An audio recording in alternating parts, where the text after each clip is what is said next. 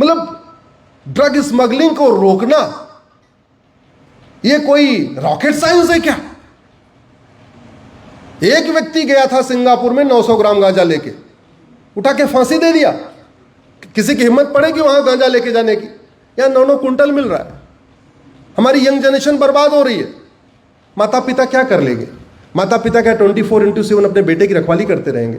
अरे स्कूल में जाएगा, कॉलेज में जाएगा तो कहीं ना कहीं संगति का तो असर पड़ेगा। और जब प्लान्ड वे में टारगेट करके किया जा रहा है, मैं पिछले 10 वर्षों से दिल्ली एनसीआर में जब भी क्या बोलते हैं ये रेव पार्टी छापा पड़ता है तो मैं पुलिस के अधिकारियों से बात करता हूं, कितने बच्चे पकड़े गए जी? 100 पकड़े गए। 100 में कौन? 100 के 100 हिंदू। इसका मतलब कुछ प्लानिंग हो रही है। और अभी लेटेस्ट बताया मुझे उन्होंने कि साहब इसमें नपुंसकता की दवाई मिलाई जा रही है। तो एक लड़कों में नपुंसकता बढ़ रही है, लड़कियों में बाजपन बढ़ रहा है, एक ही एक 2-2 बच्चे। हमारी तो पूरी जनरेशन खराब हो रही है। आजकल एक नया आप सुन रहे होंगे ना, एक बेटा है और एक बेटी करे हम शादी नहीं करेंगे। सुनते होंगे आप। आपको लगता है अच्छा पढ़ लिख लिया इसे शादी करे, अरे ना, वो ड्रग एडिक्ट हो गया, अब उसको पता है शादी कर लेगा बाद में बच्चे नहीं पैदा होंगे, इसलिए पहले से करा हम शादी करेंगे नहीं। ये कड़वी सच्चाई है। भारत में 6 करोड़ घुसपैठिए भारत में बैठे हुए। फ्रांस में मात्र 5 लाख हैं।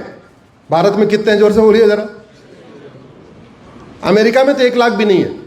और कैसे पकड़ पकड़ के घुटने के दम पे लटका लटका के दबा दबा के खींच के बाहर कर रहा है कि नहीं कर रहा है? हमारे घुसपैठियों को क्या अमेरिका आएगा निकालने आएगा क्या? जोर से बोलिए जरा। हमें निकालना पड़ेगा। वो तो मजा लेगा। और ये होगा, देखिए फुटबॉल का वर्ल्ड कप चल रहा था। सेमीफाइनल में फ्रांस ने मोरक्को को हरा दिया। मोरक्को के घुसपैठियों को फ्रांस ने शरण दिया था और मोरक्को के घुसपैठियों ने पूरे फ्रांस में आग लगा दिया। बोले तुमने हमारे भाईजान को हराया कैसे? मतलब ये देखो, वहां से भाग भाग के आए। फ्रांस ने मानवता के नाम पे उनको शरण दिया, रोटी कपड़ा मकान दिया। और फुटबॉल मैच में फ्रांस ने मोरक्को को हरा दिया तो उनको फ्रांस की चिंता नहीं आई। किसकी याद आई? भाईजान की अपनी। कल को भारत बांग्लादेश को हराएगा तब क्या होगा? पाकिस्तान को हराने के बाद कितनी बार टेंशन हो चुकी है ना। 6 करोड़ पाकिस्तानी, अफगानिस्तानी, रोहिंग्या, बांग्लादेशी भारत में रहते हैं। मेरी कन्वर्जन के ऊपर एक PIL चल रही है। 1500 परिवार पर डे कन्वर्ट किए जा रहे हैं। 1500 फैमिलीज एवरी डे। एक परिवार में आप 7 आदमी मान के चलिए तो 10,500 लोग पर डे कन्वर्ट हो रहे हैं। 10,000 हिंदू पर, बल्कि हिंदुओं के दुश्मनों की संख्या बढ़ती है। बिल्कुल सही बात है। 90,000 बच्चे पैदा हो रहे हैं पर डे दुनिया में। चीन हमसे 3 गुना बड़ा है, वहां 45,000 बच्चे पैदा हो रहे हैं। अमेरिका हमसे 3 गुना बड़ा है, वहां 11,000 बच्चे पर डे पैदा हो रहे हैं। रूस हमसे 5 गुना बड़ा है, वहां 4,000 बच्चे पर डे पैदा हो रहे हैं। ऑस्ट्रेलिया में 800 बच्चे पर डे पैदा हो रहे हैं, हमसे 2.5 गुना बड़ा है। और भारत में कितने पैदा हो रहे हैं? 90,000। 5 से ऊपर वाला कोई है क्या इधर? जोर से बोलिए जरा। 5 बच्चों से ज्यादा वाला कोई परिवार है इधर? इतनी बड़ी सभा में 5 से ज्यादा वाला कोई नहीं। मैं 15 से 20 बच्चों की कम से कम सैकड़ों परिवार दिल्ली में जानता हूं। 15 से 20। वहां पे जो कुटुंब रजिस्टर बनता है तो अध्यापकों की ड्यूटी लगती है, तो एक पन्ने में परिवार आता ही नहीं है। एक पन्ने में परिवार ही नहीं आता।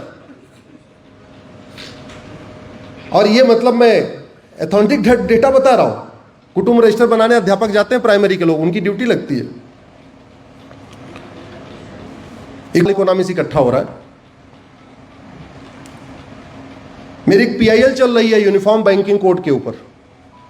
भारत में लगभग 50,000 करोड़ रुपए विदेशों से हर साल आ रहा है। किसको आ रहा है? नेताओं को आ रहा है, अभिनेताओं को आ रहा है, लेखकों को आ रहा है, बुद्धिजीवियों को आ रहा है, पत्रकारों को आ रहा है, कलमकारों को आ रहा है, यूट्यूबरों को आ रहा है, जासूसों को आ रहा है, गद्दारों को आ रहा है। इन्हीं सब सारे कामों के लिए लगभग 50,000 एकड़। RBI का सॉफ्टवेयर पकड़ ही नहीं पा रहा था। एक सज्जन है ऑस्ट्रेलिया से, पूरे डॉक्यूमेंट लेकर हमारे पास आ गए। मैं उनको धन्यवाद दूंगा, नहीं तो मुझे बार बार फोन करके कहते थे विदेशी फंडिंग हो रही है, RBI आपका पकड़ नहीं पा रहा। तो मैं भी सोच रहा था यार कोई मजाक कर रहा होगा, ऐसे कैसे हो जाएगा, हमारा RBI नहीं पकड़ पाएगा। एक नवल किशोर सिंह है, ऑस्ट्रेलिया में रहते हैं। उन्होंने इस बात को इस्टेब्लिश करने के लिए कि विदेशी फंडिंग को आरबीआई नहीं पकड़ पा रहा, उन्होंने 3 बार वहां से पैसे भेजे। भेजने वाले नवल किशोर सिंह, पाने वाला एक भारत विरोधी नेता, उसके खाते में 3 बार पैसा भेजा और तीनों बार वहां भेजते समय बोला कि अब की बार तुम इसको आरटीजीएस दिखाना, तो उन्होंने आरटीजीएस दिखा दिया। बैंक से बोला अब की बार तुम एनईएफटी दिखाना, तो उसने एनईएफटी दिखा दिया। बोले अब की बार तुम इसमें आईएमटी लिखो, इंटरनेशनल लिखना चाहिए, उसमें आईएमटी ही लिखना चाहिए, तभी हमारा आरबीआई समझेगा आईएमटी मतलब इंटरनेशनल मनी ट्रांसफर, यानी बाहर से पैसा आया हुआ है। क्योंकि आरबीआई का सॉफ्टवेयर कोड को पकड़ता है। अच्छा, आरटीजीएस ये भारत के अंदर ट्रांजैक्शन चल रहा है, एनईएफटी ये भारत के अंदर चल रहा है, आईएमटी यानी बाहर से आया। वो 3 बार पैसा करके आए। फिर मैंने पीआईएल फाइल किया, हमें समझने में कई बार लगा, जज साहब को आधे घंटे समझाने में लग गया, क्योंकि जज साहब भी नहीं मान रहे थे। हमने कहा देखो साहब ये प्रूफ है, ये भारत में 50,000 करोड़ के आसपास विदेशी फंडिंग भारत को बर्बाद करने के लिए, एजुकेशन जिहाद चल रहा है। गली गली हर किलोमीटर पे मदरसे इस्टेब्लिश किए जा रहे हैं। पढ़ने वाले 4 बच्चे हैं लेकिन मदरसा बन रहा। कई लोग कहते हैं जी हम तो हिंदू राष्ट्र बना लेंगे। कहां से हिंदू राष्ट्र बना लोगे? अरे जब सैटेलाइट से देखा जाएगा कि 1 किलोमीटर के एरिया में कितने मंदिर हैं और कितने चर्च हैं और कितनी मस्जिद है, तो पता चला तुम्हारे 3 मंदिर है और 4 मस्जिद है और 5 चर्च है। कहां से हिंदू राष्ट्र बना लोगे? हिंदू राष्ट्र बनाने के लिए आपको केवल आदमी की काउंटिंग नहीं दिखाना पड़ेगा, आपको स्ट्रक्चर की भी काउंटिंग दिखाना पड़ेगा। बोलते रहते लोग हिंदू राष्ट्र बना लेंगे। अच्छा है, बन जाए, मैं चाहता हूं बन जाए, लेकिन बनेगा कैसे? सैटेलाइट है ना ऊपर, यूएन खड़ा हो जाएगा कि क्या बात कर रहे हैं आप? आपके भारत में मंदिर से ज्यादा मस्जिद है, आपके भारत में मंदिर से ज्यादा गैर हिंदुओं के रिलीजियस स्ट्रक्चर है, आप कैसे इसको हिंदू राष्ट्र बना सकते? वहां से यह समस्या आने वाली है हमारे सामने। आपके गुरुकुल से ज्यादा आपके पास मिशनरी स्कूल है, आपके गुरुकुल से ज्यादा आपके पास मदरसा है, और हिंदुओं की संख्या तो घट ही रही है। 9 राज्यों में खत्म हो ही चुके हैं, 800 जिलों में, 200 जिलों में खत्म हो ही चुके हैं। एक बड़ा इंटरेस्टिंग मैं आपको बताता हूं भाई साहब, जो आज तक कभी चर्चा ही नहीं हुई। कन्वर्ट करने के लिए किडनैपिंग हो रही है भारत में।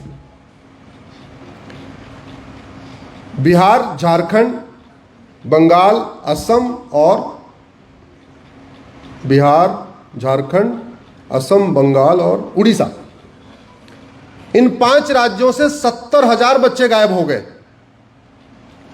किसके बच्चे गायब हो रहे थे? जो लेबर का काम करते हैं, कि अपना इधर लेबर मिस्त्री का काम कर रहे, बच्चे को झुग्गी में सिला दिया। पता चला उधर बेचारे मिस्त्री काम करने गए और बच्चा गायब। बच्चे गायब होते रहे, उनका कोई सुनने वाला भी नहीं हुआ। ट्राइबल है, आदिवासी हैं, लेबर का काम करते हैं, 50% केस में पुलिस एफआईआर नहीं करती है, कर भी लेती है तो उसको मिला के 70,000 बच्चे केरल में पाए गए, यतीम खानों में। उनका नाम बदला जा चुका था, उनका खतना हो चुका था। जस्टिस अशोक भूषण जो राम मंदिर वाले बेंच में थे, जो 5वें जज थे, उस समय वो कोची में हाईकोर्ट के चीफ जस्टिस थे। उनके सामने एक राजेंद्र मेनन ने पीआईएल फाइल किया, एक एडवोकेट है वहां पर, उन्होंने पीआईएल फाइल किया और उन्होंने सीबीआई जांच का ऑर्डर किया। तब पता चला ये 70,000 बच्चे किडनैप हुए थे, ये सब के सब कन्वर्ट करने के लिए हुए थे। तो भारत में कन्वर्जन केवल वो लाख रुपए देके नहीं हो रहा है, बच्चों को किडनैप करके भी कन्वर्ट किया जा रहा है। इतने खतरे हैं। इन खतरों से कहां से शुरू करें, कहां खत्म करें? तो